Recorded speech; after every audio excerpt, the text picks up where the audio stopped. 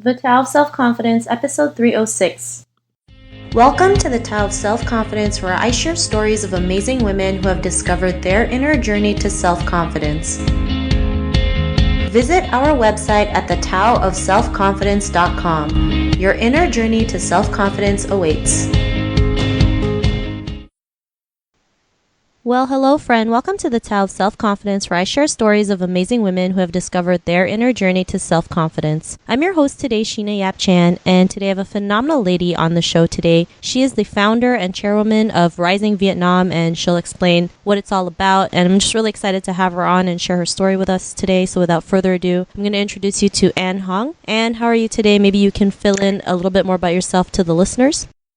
Yeah, thank you. Thank you for having me here today, Sheena. Really excited to share more about myself, my work, and then also hopefully inspire some women to think differently about self-confidence and how we can cultivate that. So I am the founder and chairwoman of Rising Vietnam, an organization that provides fellowships and grant opportunities to young leaders that have a strong interest in doing meaningful work in Vietnam, focused on Vietnam's rise and development. I actually just launched the nonprofit, so it's been quite the journey so far, but I think it both presents challenges and opportunities. So I'm located in Saigon right now. Previously, I was located in Shanghai, where I was the director of special projects for Dyad.com, an edtech platform that helps empower young people to discover their potential by connecting them to mentors from their target university or their target industry and field of interest for their career. And I'm really happy to join you today. So would be delighted to share anything else I can about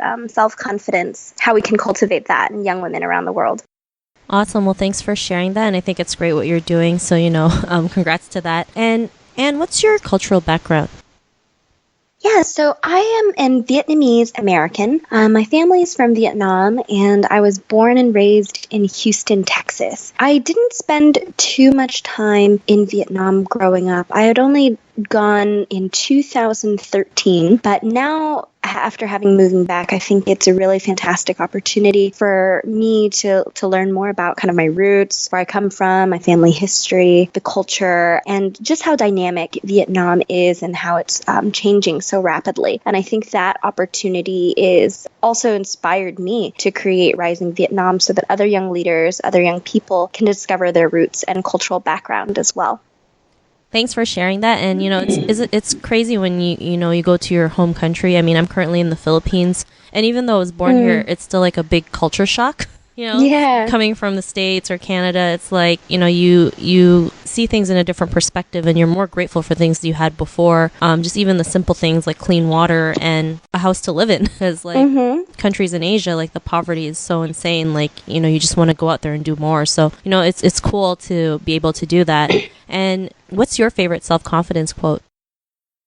I think that it has to be from Jeff Bezos, the founder and CEO of Amazon.com, a major e-commerce platform operating in the United States, but of course has a worldwide, a global operation as well. My favorite quote from him, and a confidence quote, I think, is, "It's always day one." He signs every single kind of company letter with that quote. And I think it's very powerful because in the course of the work that we do, no matter what industry, field, profession that you're in, having the mentality that it's always day one, I think is really important because it reminds you that even though things may be challenging right now, may be very difficult, and this of course applies in the workplace and outside of the workplace in your own home as well. Even though things are very difficult and can be hard at times, especially when you begin any project, it's always day one. Basically, it means that there's always an opportunity for you to improve. Thanks for sharing that quote. And, it's true, right? A lot of us, we feel like we fail, not realizing like tomorrow's a new day, tomorrow's another day. You can start over whenever you want. Thanks for sharing that quote. And in your own words, how would you define self-confidence? I think it has to be being content. Being content with who you are and happy to hang out with yourself. I have a few girlfriends from high school that were saying, oh, Anne, I hate eating by myself. Like, I hate like doing anything by myself, going to the movies, going shopping. I just really like the company of others. And I think, having the company of others is certainly fantastic. But at the same time, I think that being able to be content and satisfied and happy with who you are, whether you're alone or whether you're with people, is really important. Because ultimately, at the end of the day and every day, you're spending the most time with yourself. Thanks for that definition. And, I totally agree with you with, being okay to hang out with yourself, because you're going to have that me time that you need to learn more about who you are and what you like and what you don't like. And it's funny, like, I went to Hawaii last year for a couple months, and they were all like, aren't you lonely? You're there by yourself. You don't know anybody. And it's like, if I had a problem with it, I wouldn't have gone. But, it's like, it's something that you have to do for yourself so that you can become a better person. And, be okay with who you are, and you know what you want, and you can attract the right things into your life. So I love that definition that you mentioned. And what was your life like before your discovery of self-confidence?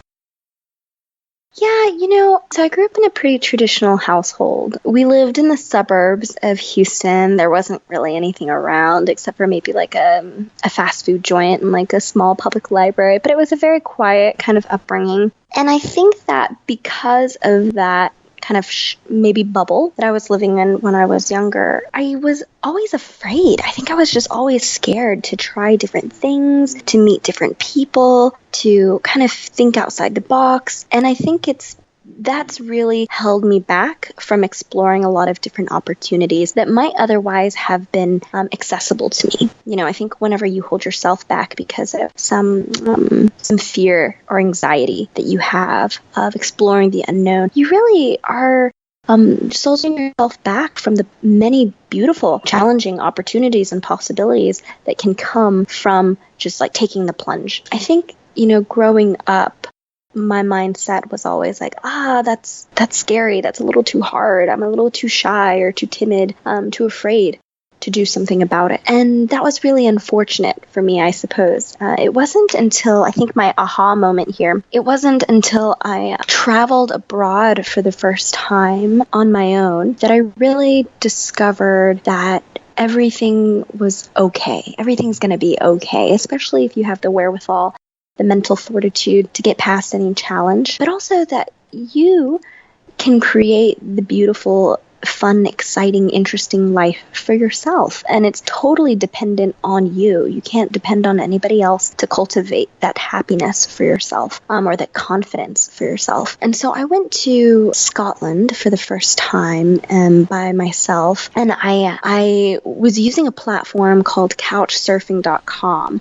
I was in college at the time, so I definitely needed to save some money while I was traveling. I was really scared. I remember kind of writing in my journal when I was on the way to a connecting flight in Germany, saying, I met these couch surfers and they were really nice to like offer me a place to stay in their home, but I really hope that they're good people. I was very, very afraid that perhaps they wouldn't. And I was very fortunate to actually have met wonderfully kind people, genuine people that were so generous with their time and their physical space and allowed me to really I think that was my aha moment, just seeing the kindness, I think, in strangers was what really helped me actually gain more self-confidence in myself, in exploring the world by myself and exploring different opportunities by myself. And it's because, I guess, in the back of my mind, now I knew that goodness existed and I didn't need to be as afraid as I used to be.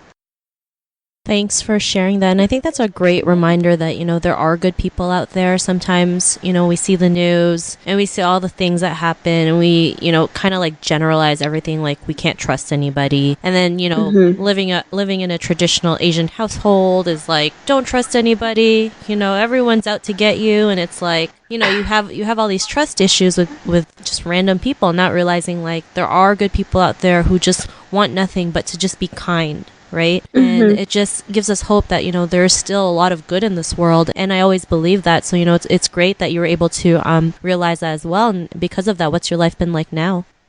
I think life's a lot better. Life's a lot easier too. I think self-confidence is hard for everyone, men and women alike, especially for women who I think can be much more critical of one another, but people can be very critical of them as well. And I think my life after having found self-confidence, and I think this is a work in progress certainly, is much easier. It's much lighter. Not having to think about the judgment of others and letting that weigh you down is so liberating. I think you have the power and the freedom of expression to be who you are. And I think that's so important for women and young girls to know, is that there is only one you, and that one you is responsible for the life that you create. And so don't let other people kind of dictate what that life is. And that's allowed me, this discovery of self-confidence has really just allowed me to live a much freer, happier, easier life.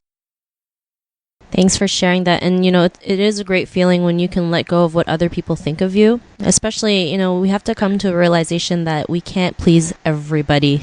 It's just impossible. Right. And then, when you have that realization, like they say, it's like a weight has been lifted off you and you can go out there and start living the life that you want and just be happy, regardless of what people do or what people think. So, that was great. And, I love the tip that you mentioned, just to, don't let other people tell you what to do, because it's so, I know it's easier said than done, but the more you keep doing it, the more you can be free. And, everything worth doing is not going to be easy at first, but the more you do it, the better it gets, the easier it will get. So great stuff. And if our listeners wanted to connect with you or get to know a little bit more about you and what you do, is there any links or social media profiles you can share with us today?